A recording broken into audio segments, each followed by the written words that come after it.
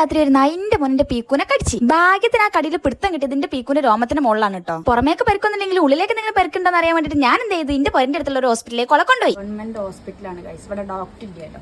എന്തിനാണ് ഇതും തുറന്നു കുത്തിക്കണേ?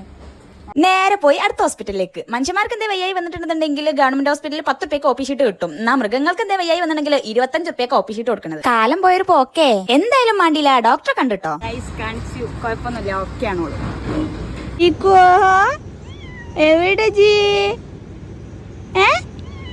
അങ്ങനെ ഓളെ നേരെ പുരയിൽ സേഫ് ആക്കി എത്തിച്ചതിന് ശേഷം നമുക്കൊന്ന് ടൗണിൽ പോകാണ്ടേന് കേട്ടോ. നേരെ സുടിയക്കട്ട വിട്ടത്. ഇവിടെ കുറച്ച് സാധനങ്ങളൊക്കെ വാങ്ങിയാണ്ട് ഇവിടുത്തെ ബില്ലിംഗ് സെക്ഷൻ കണ്ടിട്ട് കിളി പോയി ഗൈസ്. കുറച്ചേരം വരുന്നിട്ടാ ബില്ലും വാങ്ങിയാണ്ട് നേരെ ഇറങ്ങിയ ഒരു ഓട്ടർച്ചും പിടിച്ചാണ്ട് ചെന്ന് എത്തിപ്പെട്ടത് ഇവിടെയാണ് കേട്ടോ. ഇവലെന്താ ഉണ്ടാക്കണത് നിങ്ങൾക്ക് തിരിഞ്ഞുന്നുണ്ടെങ്കിൽ ഒന്ന് കമന്റ് ചെയ്യട്ടോ. അപ്പോഴാണ് ഞാൻ ഈ ഒരു ബദമരം കാണുന്നത് കേട്ടോ. ഒന്നും നോക്കിയില്ല, അങ്ങോട്ട് കല്ലെടുത്താണ്ട് കുത്തി പൊട്ടിച്ച്. ഞാൻ ഈ കുത്തി പൊട്ടിക്കണം കണ്ടാണ്ട് ഓല് നിൽക്കണ്ടേ കേട്ടോ. എന്നാ പിന്നെ ഓല് തിന്നട്ടെ. അപ്പോഴെന്താ ഇവലെ കണ്ടത്. ഇവലെ കണ്ടുകഴിഞ്ഞാൽ ഇവർക്ക് നമ്മളെ അടുത്ത് കുറെ പറയാനുണ്ടാവും കേട്ടോ. എന്തായാലും അത് കഴിഞ്ഞാണ്ട് ഒരു ഗ്രീൻ പീസ് മേടിച്ചാണ്ട് നേരെ മുട്ടായി തെരുവ് പോയാണ്ട് പിന്നെ പുറകെ പോയിട്ടോ. അപ്പൊ ഓക്കെ.